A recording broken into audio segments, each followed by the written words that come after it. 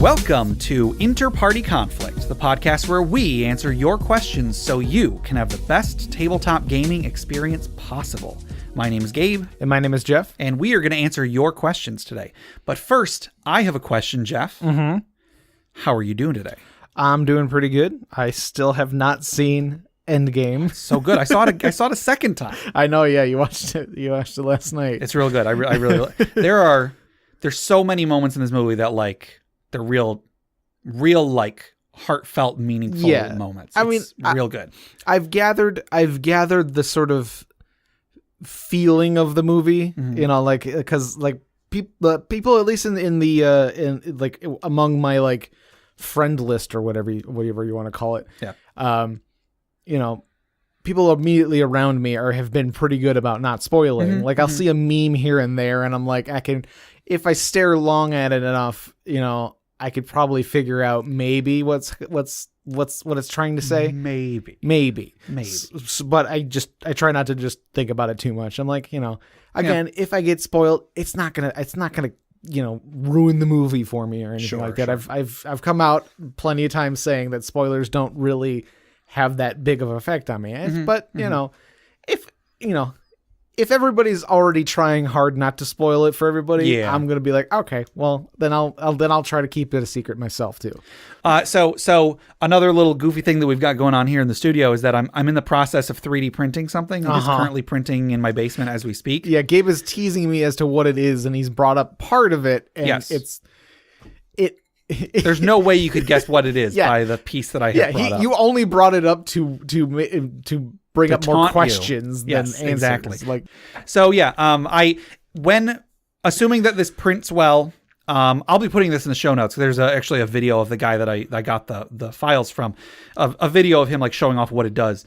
It's something that I think is really, really cool, and it's something that I think every D&D player will want. Okay. So yeah, I sounds pretty neat. I kind of want to, again, assuming that it prints well, I kind of want to print up one for everybody that I know that plays D&D. It's real cool. So anyway, look in the show notes for what I'm talking about, because I'm not going to say what it is here on the show because Jeff, he's hyping it up crazy. I'm hyping it up pretty good. Much like Endgame. Go watch Endgame. The movie crowds are so manageable now. Right. So go see that movie. Yeah, I might try to squeeze in a showing before I go to bed tonight. So there you go. We'll see what happens. So I guess let's jump into this episode. Jeff, I want you to imagine you've just come back from an adventure. Yep. You're weighed down with all the gold and the diamonds and treasure and stuff that you found. Yeah. And you're all excited. You're ready to just take a good long nap after the adventure's over. You've been traveling quite a bit. You get home, you go to open the door. It's locked, of course. Crap. So you reach into your pocket to pull out your house key to unlock the door. Your house key is not in your pocket. Oh, no. Give me an intelligence check and see if you can remember when you last had your house keys. Oh, crap. Oh, no. You don't remember, Jeff. That is a 2.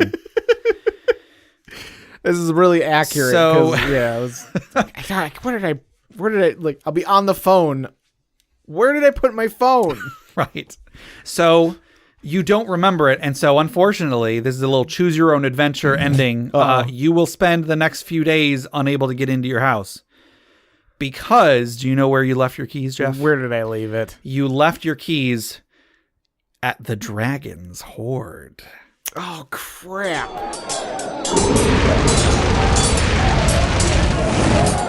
See, you were loading up the treasure. You took your keys out of your pocket. You set them down so that you could put treasure in your pocket.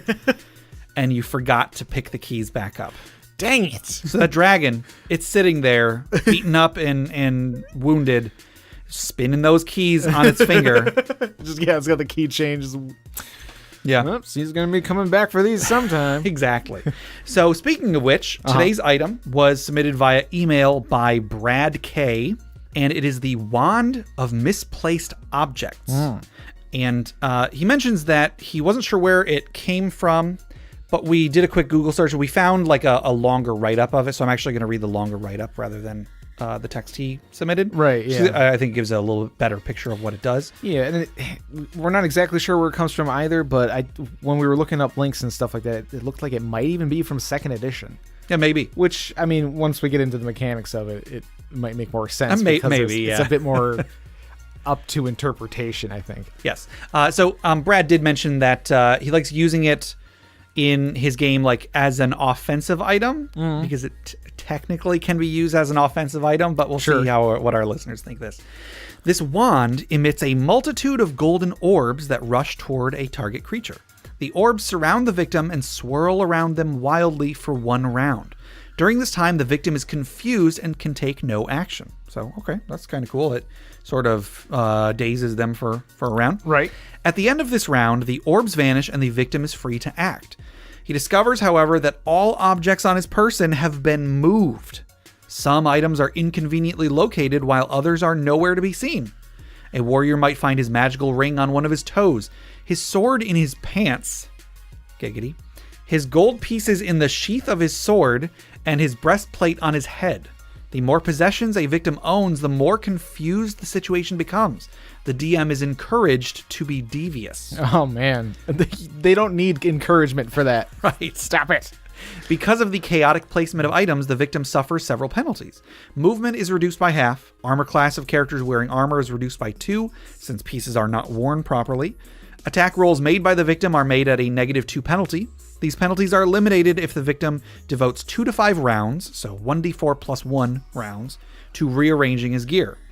A character acquiring an item carried in a backpack, pouch, pocket, or other container must spend 2 to 12 rounds, so 2d6 rounds, searching for the item.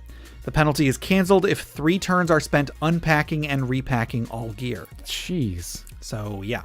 The DM must define the locations of objects anytime a character reaches for them, or if they impair motion or sight. When deciding locations of objects, the DM should state the obvious effects of impaired sight and movement immediately, such as boots worn on hands or a cloak over the face. I think what they're saying is like, let's say you're like, oh yeah, your breastplate, it's around your legs. Then they can't later say, oh no, your breastplate's in your bag. You know, like once the DM says like what effect it has, they have to stick to that. They've already stated what location it's in. Yeah. You know. You don't want to add more confusion if you're changing stuff up. Sure. Items held within a bag of holding, Huertani haversack, or other magical containers are unaffected. However, the containers themselves are subject to relocation. And it says the wand uses 1 charge per attack. It may be recharged. I think that would depend on what edition you're playing as to what that equates to. So yeah, again, we had to do a little Googling just to get an idea of where this came from and then the full stats of it. So yeah, could be different depending on where you search. Yeah. So I would say if someone used this on me, like not in game but out of game in real life, I would either notice no change or I would be like, oh, that's where everything is. Right. Yeah. You're like, it actually might, in some cases, help you find things better. Sure. Because when you lose something and you can't find it, but it's somewhere, it's somewhere in this room. Yeah. But I just can't find it. It's because you're looking in the exact same places over and over and over again. Sure, yeah. You're not looking in the 5th place that you haven't looked yet. Like, so if you change stuff around, maybe it'll then appear in one of those, 4 places that you have checked. And you're going to check again because you're a creature of habit. Sure. So, like, it could be helpful for in real life, at least. I definitely see this being a headache, both for the players and for the DM. Yeah. But, sometimes you want a headache. Who knows? It could be a silly trap effect. It could be like a nice silly trap effect, you know? Something like they walk through the door and it sets off a trap, and at first you're like, oh, I'm still alive. Did I take any damage? No. You got to take a step and oops, you're standing in your quiver or something. Like, I don't like, I like the idea of it as a trap effect. I think that's good rather than like an item that a person chooses to activate. Another thing is a DM could use this as a plot hook. Maybe the party's going through a dungeon and they step on a trap. It does do this. And then they realize, wait a minute, I have an extra ring on. Or like, I don't know. Hey, I didn't know that sword did that or whatever. I don't know. They could come up with some sort of effect the players aren't aware of and have this be the way that it gets highlighted. So, or if it can hit multiple targets, you can like scramble everybody's gear. Or there something. you go. I mean, I like the idea of it doesn't even necessarily put everything in random objects or in random places, but it puts like you now have your friend's gear and your friend now has your other friend's gear. Yeah. And so everybody's gear just gets swapped around. Yeah. I think something like that, especially like in the middle of combat, could be crazy. Yeah, in the middle of combat, that'd be like you kind of, in most cases, you just have to deal with it because like a weapon you could swap, but you can't swap each other's armor, and like some people might not be proficient in those armors. There you go. So like, are there rules for wearing armor that you're not proficient with? There is. So. You basically take disadvantage on everything. On everything. Yeah. And I think you don't gain the advantage of the armor. I could be wrong on that part, but you do take disadvantage on every D20 roll, basically. Well, that would be awful. Yeah. There was a time I was playing Dark Souls 2 way back in the day, back when I first got a PS4. I think I was playing it, and I was fighting this one boss. There's one boss that's just like this big slug thing that like nobody has difficulty with. This is an easy boss. It's the Covetous Demon, it's called. So I'm fighting this boss, and it uses an attack that I've never seen before. I've put a couple hundred hours into this game over my lifetime, and I've only ever seen this attack once. And luckily I was on PS4, so I was able to easily record it. Like once it happened, I could hit a button and it would record the last 30 seconds. So I put this on YouTube, and on my personal YouTube account, this is like one of my videos that has the most views because nobody else has seen this either. Right. The attack is this big slug monster thing eats you. He like sticks out his tongue, grabs you, and then he spits you out. All of your gear has been unequipped. Oh no. You still have it, but it's all unequipped. And I'm in the middle of a fight, so I'm trying to like run away from, and this is an easy boss, but I have to navigate menus to put all my gear back on. And so anyway, I ended up getting killed because I had a lot of gear on my person. And I wasn't able to find the correct stuff and equip it before. I had my menu open, and he came up and killed me. Yeah, he functions like a like in Zelda. That's a good point of reference. Which, I mean, like, there are like oozes and stuff that basically do that. Oozes. There are like oozes. Sorry, go on. So like, oozes in D&D were like the ones that basically eat away your equipment if you step through them. But that's really rough for like a rust monster, that sort of thing. But like something that doesn't destroy your items, but makes it inconvenient, puts them in an inconvenient place, or makes them unavailable for a short time or something like that. Yeah, so. I'm all for inconveniencing players. Destroying equipment, I think, to an extent, it's rarely fun. Yeah. But heck, something that just you hit them with something and then their armor came off. Yeah, I'm cool with that. I feel like some players, they get more attached to their equipment than they do their own characters. In some cases, like they're like, no, my character died, but is his gear okay? Can my next character use his gear? Yeah, exactly. It's like I worked really hard for that. Like I personally, as a player, worked really hard for that magic item. The character, whatever, I can pick another one. Yeah, but that sword, I want it. I'm gonna right. Now that I get to re-roll a new character, I'm gonna re-roll a character that goes all in on that sword. Sure. Yeah. So that's the wand of misplaced objects. Not really too much else to it. There's, definitely some potential there, but be prepared for your players to get pissed off. I guess. So once again, that was from Brad K. My what is on my what now? I should bleep that out so it sounds dirty. So thank you, Brad. Thank you for that submission.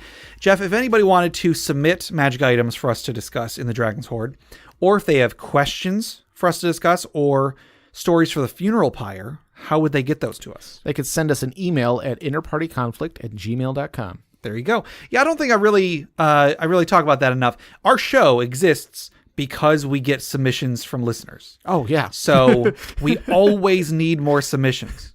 Yeah, I guess we don't put enough as much emphasis as we should. Yeah, because we do kind of rely on your guys' input. Yeah. We've got like a fairly steady influx of questions, both in our email and also on like the Discord.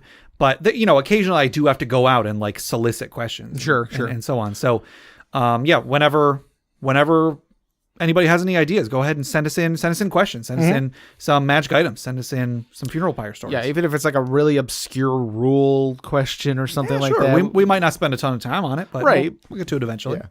I like the obscure rule stuff where you kind of have to go like look at the sage advice and be like, what are you talking about? Yeah. I think those get a rise out of us. Sure. Well, before we go any further, we have a giveaway today. Oh yeah. So as always, we're giving away a copy of Chapel on the Cliffs, courtesy of Goblin Stone. And I think I mentioned last week that there was a bit of a delay on the adventure being sent out to our winners the last few weeks. As far as I know, that has been taken care of. I guess the people over at Goblin Stone had some issues come up that they had to devote some time to. So Sure. Thank you, listeners, for being patient, but hopefully that's all taken care of. So, Jeff, who is our winner this week? This week's winner is Ethan W. Winner. Gobble, gobble, gobble. Yes. So congratulations, Ethan. You should be getting that in your email pretty soon, within the next few days, hopefully. If you don't get it in about a week, let me know, and if I've gotten my confirmation, I'll forward that to you. So yeah, it's a great adventure. Be sure to leave them a review so that they can continue to make great products. And Jeff, if anybody wanted to enter this drawing, because we are always in need of winners as well, if nobody enters, we run out eventually. We don't want to run out. If they want to enter this drawing, how would they do that? They can send us an email at InterPartyConflict@gmail.com, but you want to put Chapel on the Cliffs in the subject line. Yes. And then in the body of the email, you could put whatever you want. Favorite recipe or... Oh, yeah. I'm looking around the room. Crockpot recipes. Picture... yeah, whatever. I don't know why I was looking around the room. You can send us whatever in the body, but in the subject line, Chapel on the Cliffs. Yeah. Should I send a picture of your favorite D&D miniature or your favorite set of dice? Hey, when this episode goes out, the month of May, Hero Forge is having a sale on miniatures. Yeah. If you buy a miniature through Hero Forge, I think it's $5 off with like a discount code. Shoot, I should probably say what the discount code is. May discount is the discount code, and we're not getting anything for this. This is just I want people to have miniatures. I think Hero Forge is a great website, and you should go make use of this sale. Yeah. Their site's pretty easy to use. Yeah. It can be a little bogged down on some computers. There's a lot of options. There's a lot of options, so sometimes it takes a minute to like load through stuff and everything. But it's it's pretty cool. You can like pose your miniature and stuff. It's pretty neat. Yeah. It's really cool. So you get $5 off. A physical miniature with the discount code May discount, and then without a discount code, you can get the 3D file for $8, like $7.99. Right. And I'm telling everybody that I know personally, like everybody that lives within driving distance of me, if you get me a 3D file, I will 3D print you however many of that miniature you want, because it cost me like 20 cents. Right. So yeah, and then that means I can make that for myself too. Sure. So get me a 3D file, which is only $8 from Hero Forge. Right. My character Ichi, I made a miniature of him that I think I put it in the show notes. If I haven't, I'll put it in for this episode. I have a miniature of Ichi that I got that I got on there. So yeah, anybody who gets me a 3D, anybody, even if you don't live near me and you have a 3D file you gotten from Hero Forge, I would love to make minis of it. Yeah, for sure. So, yeah, I'm always looking for cool minis. Looking for good excuses to use your 3D printer. Absolutely. Because it's fun. I love having a 3D printer. It's so cool. So enough shilling for Hero Forge, who isn't even paying us for it. Yeah, come on, Hero Forge. What the heck? Right. Speaking of getting paid to do the show, though, the show is brought to you by our wonderful patrons. Oh, right. We have a Patreon over at patreon.com/InterPartyConflict. We've got some cool stuff on there. I've got fantasy fiction that I write every month. Woof. It's not every week. Oh boy, that would be too much. I've got fantasy fiction I write every month. For our lowest tier, we've got outtakes on there. We've got a monthly bonus podcast for our patrons that we do every month. I also do a monthly Roll20 game for our top tier patrons. I will also write about your character if you're a top tier patron. So go check out our Patreon at patreon.com/InterPartyConflict. You can get some cool rewards and help out the show. Even for $1 a month, you get cool stuff. Right. So check that out. If anything appeals to you, think about donating. And also check out the other podcasts on the Crit Nation Fellowship. We've got Crit Academy, a great podcast. We had those guys on a few weeks ago. We've got D&D Character Lab. Garen and Dan are great. We had them on like a little over a year ago, I think. Yeah. They were a blast to have on. Also the guys from Brute Force and Ignorance. We'd love to have them on our show sometime in the future whenever schedules line up. That'd be good. So yeah, check out the other podcasts on the network. Great stuff. Awesome stuff for everybody. So go check them out. Yeah. You want to go ahead and get into some questions? Sure. Our first question comes from Happy Gilmore through email, and they ask, have you ever crafted your own terrain for battles, and did you find the players appreciated it? Yeah, so kind of on brand, because we were talking about 3D printing stuff earlier. Sure. This is a good question. I haven't really personally crafted stuff myself. I would like to now, especially now that I do have a 3D printer. I would like to, once I am able to get a weekly game going, or even just a consistent game going. Right. I would like to, go whole hog into 3D printing terrain and there's the tile sets and stuff. Yeah. That you can like 3D print, where it's just they're tile sets. So you can kind of like make you print out a bunch of like tiles and corners and walls and stuff, and you can build like a little dungeon out of them. Yeah, those are pretty neat. There was actually just on Humble Bundle, I think it's probably gone by now, there was a Humble Bundle that was just 3D terrain files, basically. I think there were some minis and stuff in there too. Cool. But the main thing of it was, here's a whole bunch of 3D terrain. Nice. So I got it, of course, because I have a 3D printer, so I might as well. Yeah, might as well build up a library of things to print. Yeah, so I, again, once I'm able to get a game going again, I think I would like to try and involve all that stuff. In the past, I actually have not been a huge fan of like printing terrain or building physical terrain. Right, yeah. Because I feel like that's a lot of time you're spending making it. You're probably going to spend a lot of money making it. And then like, what do you do with it? I think I've said even in previous episodes, you either have to have a ton of it in storage that you can pull out, whatever you need at the time. Or it's like, well, I 3D printed this tavern, so gosh darn it, we're having another adventure in this tavern. Or like, well, we had that dungeon that had like the pit and the archway and the cavern. I guess we're gonna find a way to use another pit, another archway, another cavern. And so I haven't really been too fond of it in the past for that reason, and that does still apply, but because I'm able to make it a lot cheaper than I would have been able to before, sure, I'm willing to spend a few dollars to try it out.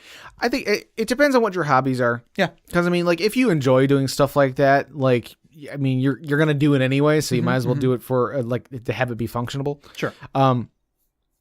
I have looked into this myself, and because, like, I am sort of, like, moving my hobbies in that direction. I haven't quite made the full move yet. I'm still kind of like setting up a workspace for it in my basement, because I do want to kind of start fiddling with like miniatures and stuff, because I got my Warhammer stuff and all that. And hey, like I said, get me the 3D file. Sure. I'll print whatever you want. And like there's ways to make stuff out of foam, like there's ways to make it like cheaper. You don't have to go like crazy super realistic, but I think the important thing is like whether or not the players are going to appreciate it, because maybe like the first time you bring out that 3D tavern, it's like, oh, whoa, this is really cool.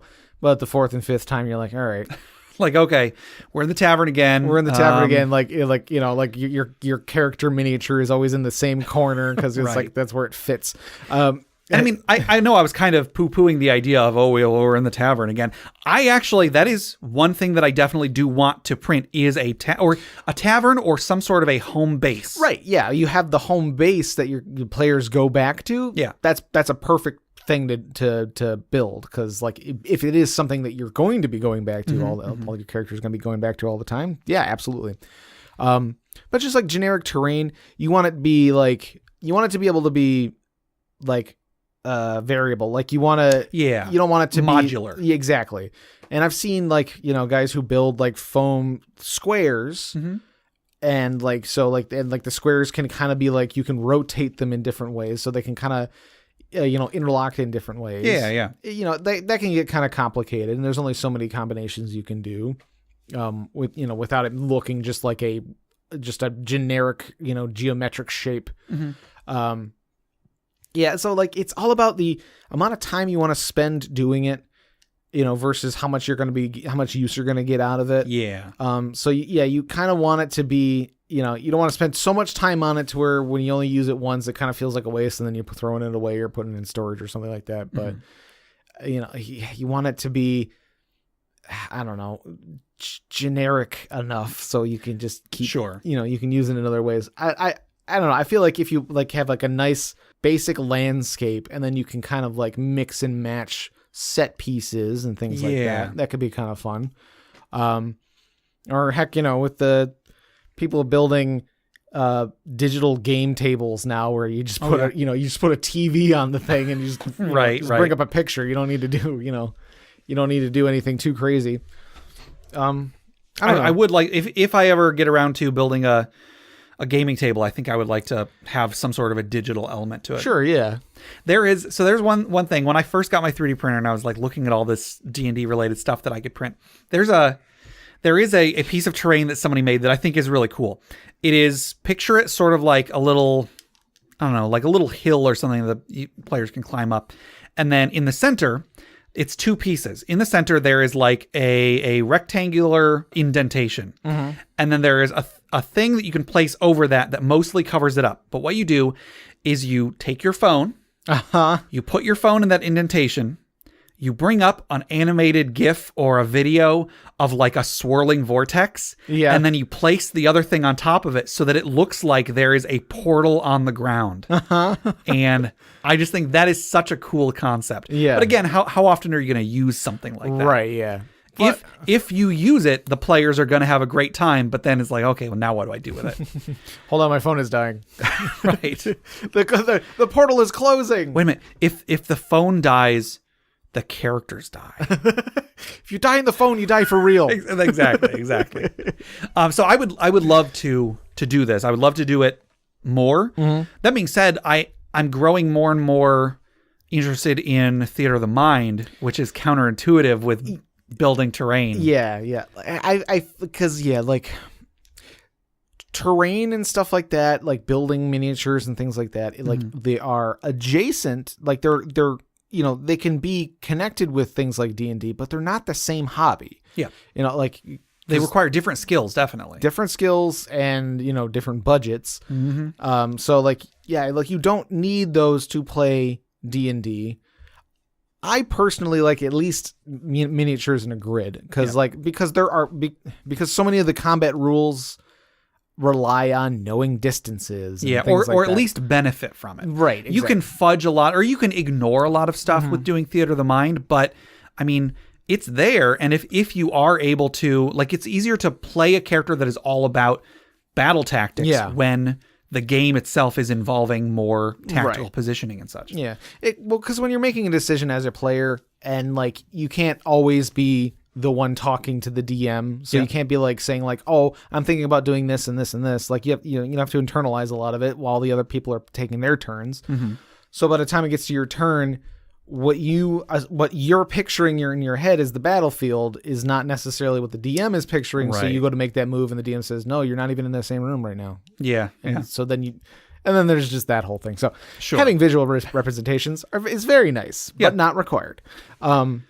So I think I remember a long time ago hearing that our friend Noah Wizard would make terrain out of cardboard. Yes, I believe they I want to say that they made like a cardboard representation of Mechanus. Oh, so I think that's the case where they had like different levels of gears and stuff, and they would rotate or something. Really cool. It does sound really cool. Like I can imagine it like. From what it sounded like, I remember them describing is that like it just took a long time but it was worth it in the end. I feel like because it's a story that they tell all the time. Yeah, like I haven't had players appreciate my terrain because I haven't used terrain. Sure, but every time I hear a story about terrain, the players loved it. Yeah. Again, my only gripes are just the time spent making it, the money spent making it, and then what do you do with it once you're done? Right. Yeah. It's like, and this is my shelf where I keep all the gears of Mechanus. Right. It's like, my wife hates me. Exactly. But yeah, like if I had a dedicated game, I would love to make stuff, and then I could even, I don't know, buy or build like shelves specifically to show off all my cool terrain. Right. Yeah. One thing I want to bring up is Tabletop Simulator. Okay. Has VR capabilities, right? To the point where like you can actually, while you're like in your headset, your character or whatever, you can basically shrink down your perspective.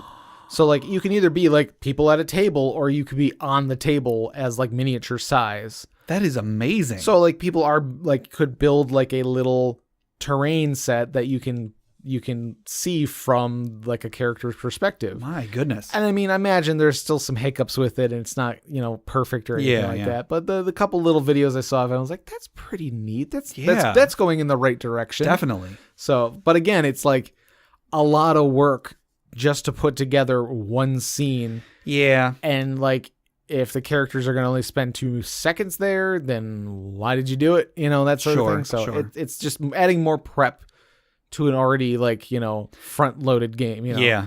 So I do think that there's a lot of potential with like what sort of stuff could be used for terrain in the future. I think that VR probably could be a new frontier for stuff like this. I really think that would be a great use of VR. Yeah. Is stuff like D&D.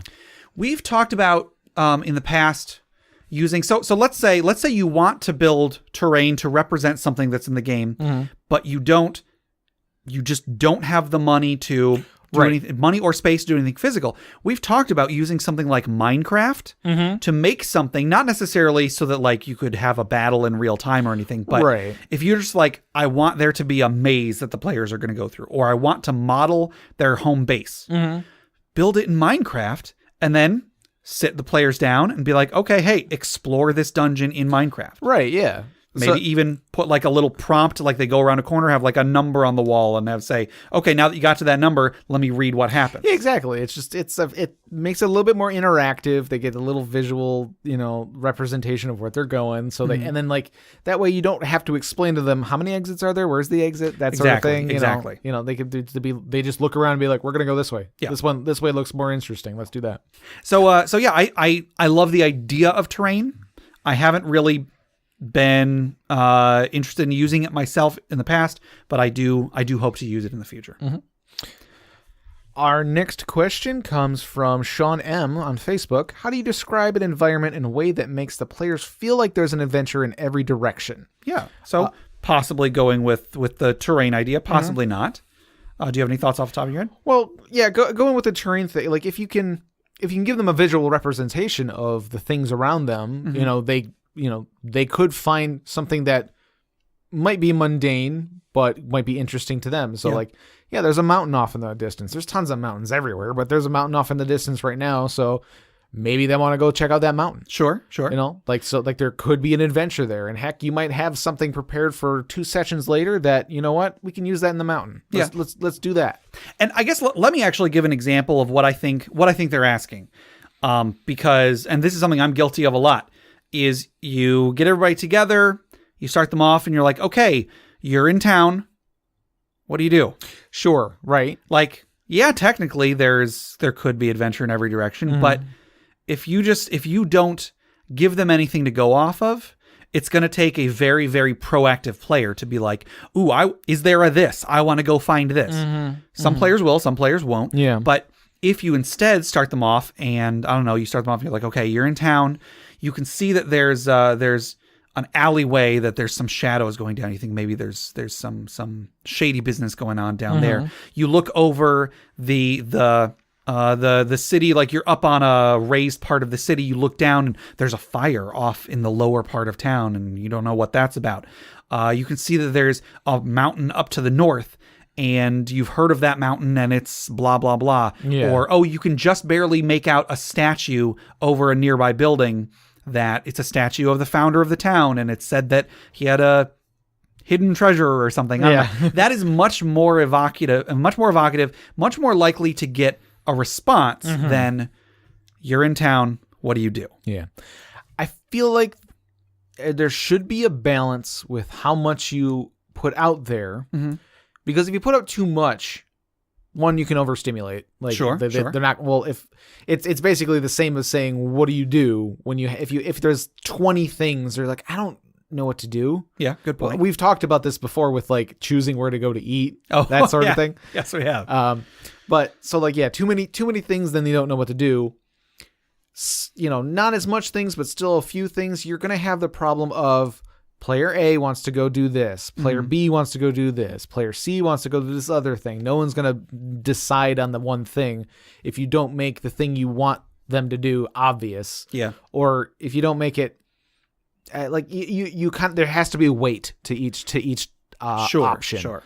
So like there could be like a little side thing. So like, there's some shady business going on in the alleyway, but doesn't sound like there's anybody in danger. Yeah. But that fire is probably a big problem. Yeah. Maybe we should probably go do that, And then maybe like after they're done with the fire, you can bring back the whole shady business. Like you see some shadows moving, after they've dealt with the fire, you notice a shadow in the corner and you're like, oh, right. Yeah. We saw some guys in the alleyway, So I feel like if there's too many things, they'll have no idea what to do, or the party will be split on what to do. Yeah.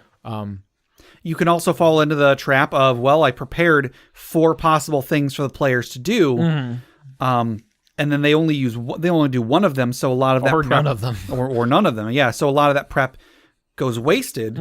So you don't necessarily want to plan all of them to 100%. Yeah, but then you have to go in with whichever one they choose. You have to go in with less preparation. So sometimes it can be appealing for a DM to really only highlight one thing for them to do, and then assuming the players aren't really, really hell-bent on doing something else, if they go along with that, then, hey, they got the same amount of game, even though they didn't necessarily need there to be adventure in every direction. Yeah. But it's really cool when there's adventure in every direction. Sure. So, I mean, I guess the point here is that there's a lot of different styles of running a game, of playing a game. So if you are trying to have the style of you want there to be adventure in every direction, it can be hard to do. Yeah. One thing that I would recommend, a world map. Whether you're playing in an established setting or not, I would even say especially if you're not playing in an established setting, make a world map for your game. You don't necessarily have to be, it doesn't have to be the whole world. Yeah, it doesn't have to be super detailed either. Could just be the region. Yeah. And then once you make a map, put down several like pinpoints and be like, and come up with some sort of an evocative name. Even if you don't know what that name means. Right. Have it be like, ooh, this is the Cave of 1,000 Daggers. Ooh, okay. And then over here is the Giant's Waterfall. Ooh. And then Gravedigger's Gulch. Oh, Gravedigger's Gulch. There you go. There is a Twitter account that I've been following for a long time. Oh yeah. Gap in the Map.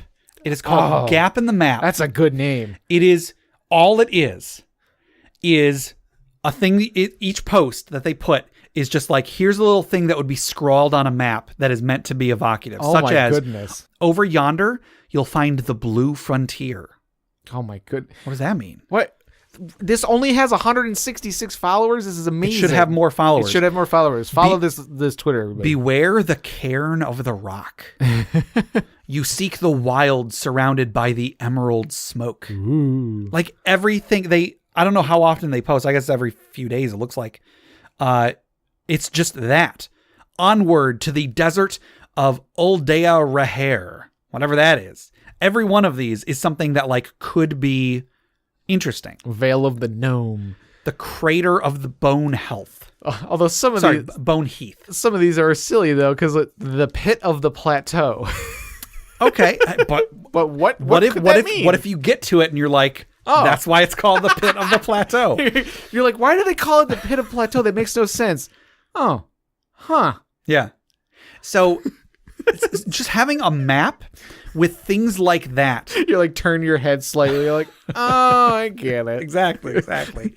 There's so much that could come from just having a representation of the area and being like, ooh, I want to go see what that is. Mm-hmm. I only played a little bit of Tomb of Annihilation, but at the point we got to, we didn't get very far. We got like a little ways into exploring this continent. And there were like several things that we could see. We could see off in the distance. Over there is like a rock formation that looks like a beating heart. Ooh. Over here we can see that there's a boat up in the trees, like a crashed boat that somehow is up in a tree. Mm-hmm. Or there's like, we can see there's like a ziggurat or something that looks like whatever. Just being able to see that there is interesting things off in the distance. There's plot hooks off in the distance is what you're seeing. And that is enough to get players' minds going. Right. So that sort of thing, have a map, have some evocative things on that map. Mm-hmm, mm-hmm, mm-hmm, mm-hmm. Aside from that, just, try to just keep in mind, if your goal is, I want the players to feel like there is adventure in every direction, you'll probably unintentionally even come up with better descriptions that work towards that goal. Sure. Probably. So beyond that, I don't really have much else to say. It's just how you run your game, I guess. Yeah, I think so. Yeah. So yeah, good luck to you. So I think that'll do it for our regular questions for today. It's been a very terrain heavy episode, I guess. Yeah. So that'll do it for our regular questions. So let's move on to our weekly social media questions. Our question from last week was, have any of you seen the official D&D movies or the 80s cartoon? Which was your favorite and what did you think? Do you recall what you said? Yeah, we had seen the first live action one. Yeah, we've definitely watched the first movie together. Yeah, it was pretty awful. Yeah, I think we've watched the second movie, but I don't remember. I don't remember any of it. I don't know if I watched it in its full though. Yeah. And then the show I'd heard about it, but it was it was before my time, and yeah, it looked like. By the time I knew what it was, it looked like super lame to me. That's sure. Baby stuff. And yeah, I've watched the first few episodes of the cartoon, but I've not watched all of it. And for anybody who's not familiar, the premise of the cartoon is there's a bunch of kids who go to an amusement park. They take the Dungeons and Dragons ride, right, and they come out magically transported into the world of Dungeons and Dragons. Yeah, where there is a little dwarf character named Dungeon Master who sends them on adventures. They fight the evil dragon Tiamat and the evil sorcerer Venger, I think his name is. And they have a lovable cartoon companion of Uni the Unicorn. Uni the Unicorn. So I mean, yeah, from what I've seen, it was good for what it is. It's a little 80s kids cartoon, right? But I just never watched any of it, or much of it rather. But we only got a few responses, so I think everybody was pretty much in the same boat we were. But we got a few responses regardless. On Facebook, Doug A says, no movies, but I remember loving the cartoon. Cool. So there you go. Sean M says, yeah, pretty bad. Would have been nice if they put some narrative deserving of the lore possibility. Sure. So he's probably talking about the movies. Because a lot of people complain about there was so much potential in Dungeons and Dragons, the movie. Where did it go wrong? And I kind of talked about that a bit last episode. Right. Yeah. Yeah, it could have gone interesting places. I don't think the story of the first movie was very good. And that's all we got on Facebook. That was really it. We didn't get anybody on Reddit. Over on Twitter, we only got one response, and that was from Yodelea. And that was, it was 1993 when I watched the D&D 80s cartoon, and I don't remember much about it, but it was magnificent for my 6-year-old self. Fast forward 5 years in the future, when I found out it was a game I could play. My mind was blown and I was hooked instantly. Right. A lot of people had that experience with the Dexter's Laboratory episode. Yes, right. Yep. Where they played D&D. Yeah, so I was going to bring that up. It's a similar thing where it's it is a visual representation. It was a show, but it was a single episode of a show. And I mean, plenty of shows have the D&D episode. Sure. I'm always a fan of when D&D shows up, people playing D&D shows up in a TV show or a movie. Yeah. Like Stranger Things is great for that because it brings people into the community, brings people into the hobby. Be as much of an elitist as you want, but the more people being in the hobby is a good thing. Yeah. And so we briefly early in the episode talked about Ready Player One in a bit that I might have cut out. I'm not sure, but I was really kind of heartbroken when Ready Player One came out and there was no mention of D&D in it because it was a very big part in the book. There was a big mention of the Tomb of Horrors. A big chunk of the book takes place in the Tomb of Horrors. Yeah. And so when the movie comes out and it's not there at all. Yeah. It's real bizarre. So anyway, so it's always great when people get into the hobby because of TV shows and such. And I'm sure not a zero number of people got into it because of the D&D cartoon. Yeah. Probably not many got into it because of the live action movies. Good point. You're probably correct in that. You're like, this is what they're going on about? Yeah. Over on the Discord, StiltskinKupo84 says, "No, I have been counseled by other D&D players to steer clear of those. I do remember when I was very young watching Saturday morning cartoons and wrestling, and having seen commercials for the 80s movie and board game boxed set, and both seemed exciting, but I wasn't old enough to have any access to it yet." So there you go. Damien says, I have, but I don't remember any of it. I only know because I remember this guy. And then Damien posted a picture of one of the antagonists from the movie, who is this like bald, blue-lipped guy. And the photo that Damien shared has these like weird worms coming out of his ears. It's real bonkers and doesn't make much more sense in context. Yeah, I don't know. Yeah. I don't know how to take it. Yeah, I don't know. Jason the Human says, "I remember watching Wrath of the Dragon God, which I think is the first movie." I think so. I could be wrong, but I think that might have been the subtitle for it. I remember watching Wrath of the Dragon God with the guys I used to live with when we played. I remember thinking, how could the wizard cast so many lightning bolts? Shouldn't she be out of spells for the day? That and the rogue made everyone look away when he pulled the lever to open the secret door and told them it was his ancient technique he had to keep secret. Pretty funny stuff. So if he is referring to the first movie, then that was Marlon Wayans, I think. Okay. No, wait. Maybe it wasn't. There was Marlon Wayans and there was another guy. Both of them were rogues. I don't know. Never mind. Deborah Soar says, "Oh God, I remember Wrath of the Dragon God." So that's pretty adequate response, I would say. Oh God. And then the Beverage Tea says, "No, I was only allowed to watch Davy and Goliath for Pete's sake." So there you go. Oh, and Jason says, "I think I have seen all of them now. I love the old 80s cartoon, and I remember liking the Sci-Fi Channel D&D movie that came out in high school." I think that's what I think that was the one that we watched together. Okay. Or at least watch part of it together. Yeah, I don't know for sure. I don't know. But yeah.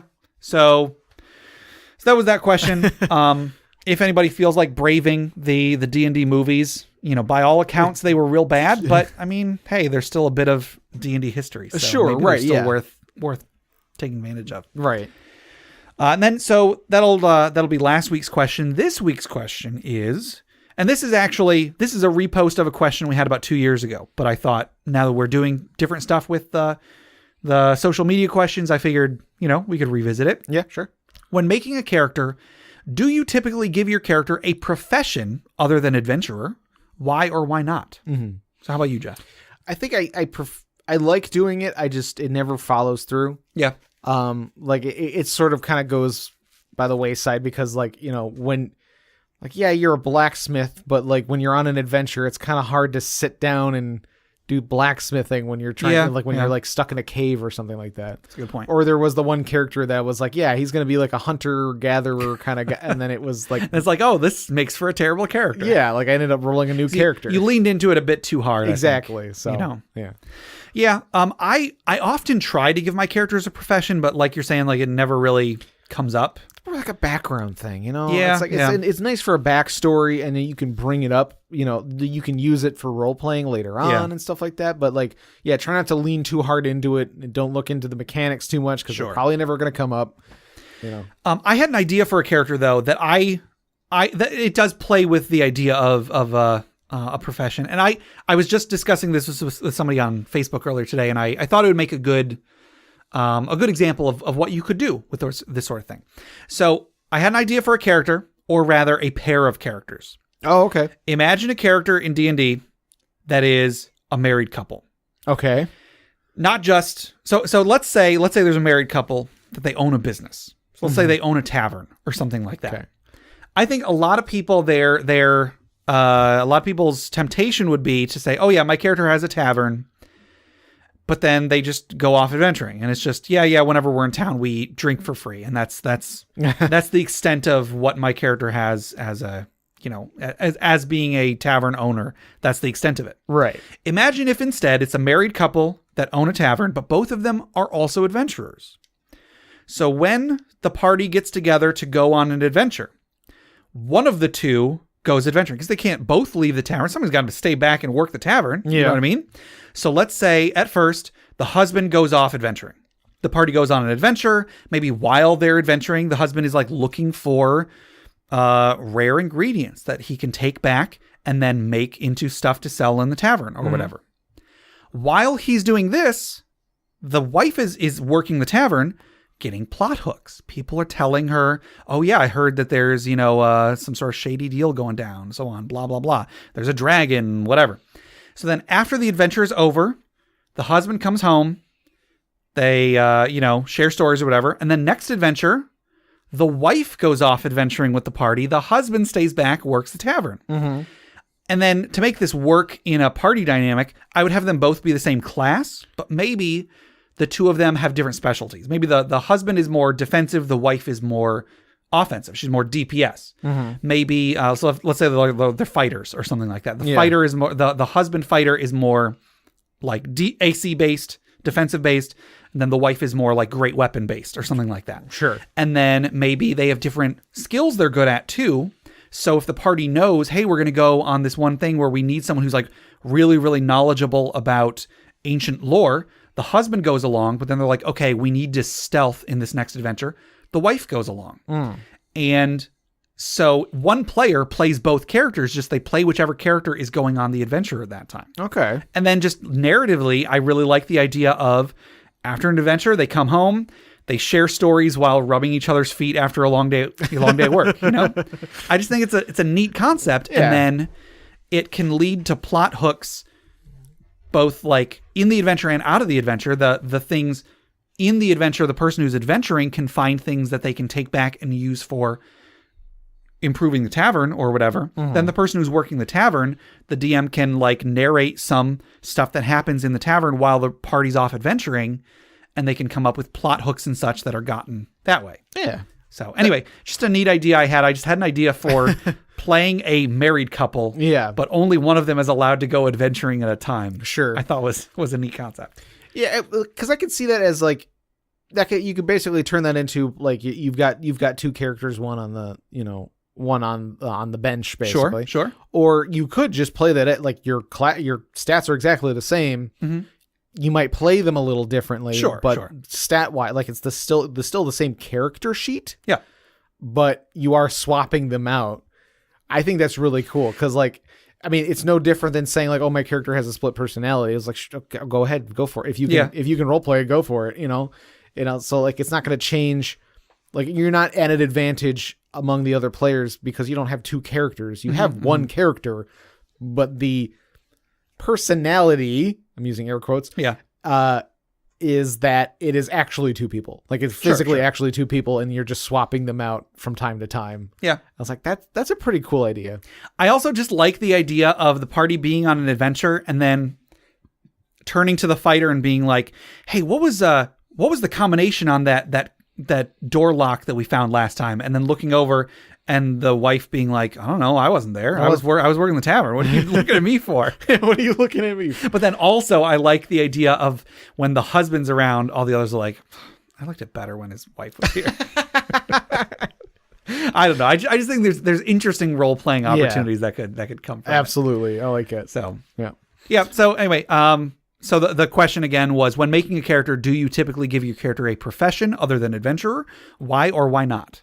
And then, like, how does it come into play in the game? Hopefully it does come into play.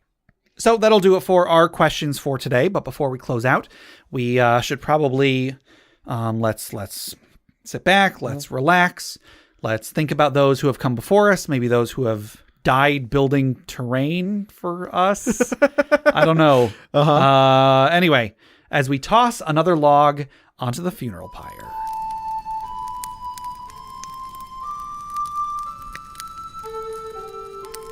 Today's funeral pyre was submitted by Skip Monkey on Discord. We should probably skip that one, actually. Oh, okay. No, kidding. And the story goes as follows. Mug, the kobold wild magic sorcerer, was summoned by the Red Brand, a war camp of gnolls, to help retrieve a magical platinum chalice for its leader, the Collector. There's a lot of proper nouns that are being tossed out here. Anyway, the raid didn't go as planned, as one of the region's jarls and her army showed up in town unannounced. Mug and his companions successfully sneaked into the town and infiltrated the temple the chalice was kept in. Amongst the chaos of battle against the Jarl, her guards, and the priests, Mug managed to get his hands on the chalice with only 3 HP left and made a run for it. With a minor illusion spell, he was able to blend in with the masonry of the temple, successfully evading the Jarl's search party, only to be speared by guards during the getaway. He bled out while the rest of the party escaped with their lives and the chalice. Aw. Mugs? Or is it just Mug? Mug. Mug? That's a good name for a kobold. Yeah, it is. It is. So let's raise a glass in memory of Mug the kobold, who rescued the chalice, but maybe had a bit too much on his plate, and then got bowled over. Gabe. And he didn't give a fork. Clink. Oh. I don't know how far to go was too far for that one. I think that was perfect. All right. Well, so that'll do it for today. To submit questions for us to discuss, items for the Dragon's Hoard, or stories for the funeral pyre, please email us at interpartyconflict@gmail.com. For show notes, links to media mentioned on the show, and running lists of questions and magic items, go to interpartyconflict.com. Join the discussion on social media. Find us on Facebook, facebook.com/interpartyconflict, on Reddit at r/interpartyconflict, on our Interparty Discord, or on Twitter at InPartyConflict for our weekly social media questions. Your answers might end up on the show. Find us on iTunes, Google Play Music, Stitcher, YouTube, anywhere you download podcasts. Please rate, review, subscribe, or just tell a friend. If you'd like to support the show, check out the rewards at patreon.com/interpartyconflict. There's a few different tiers, so anything you can spare, even $1 a month, would go towards making the show better, and you'll get bonus content for it. Jeff, tell us about FriendQuest. FriendQuest is our YouTube channel where we play video games. Yes, and speaking of video games, check out my side project, the Arcade Memories Podcast. If you'd like to submit your own childhood memories of going to the arcade, record them or write them to me at arcadememoriespodcast@gmail.com. I think I'm going to try to get an episode of that out in the next month or two. Okay. So, also head over to bit.ly/interpartyconflict to take a short survey about our show, what you like, what you don't like, etc. And just for taking it, you'll get 2 free printable board games courtesy of Mary and Tom over at hollandspiel.com. And our music is made by Boxcat Games from Nameless the Hackers RPG. So, Jeff, until next time. Go fork yourself. I never.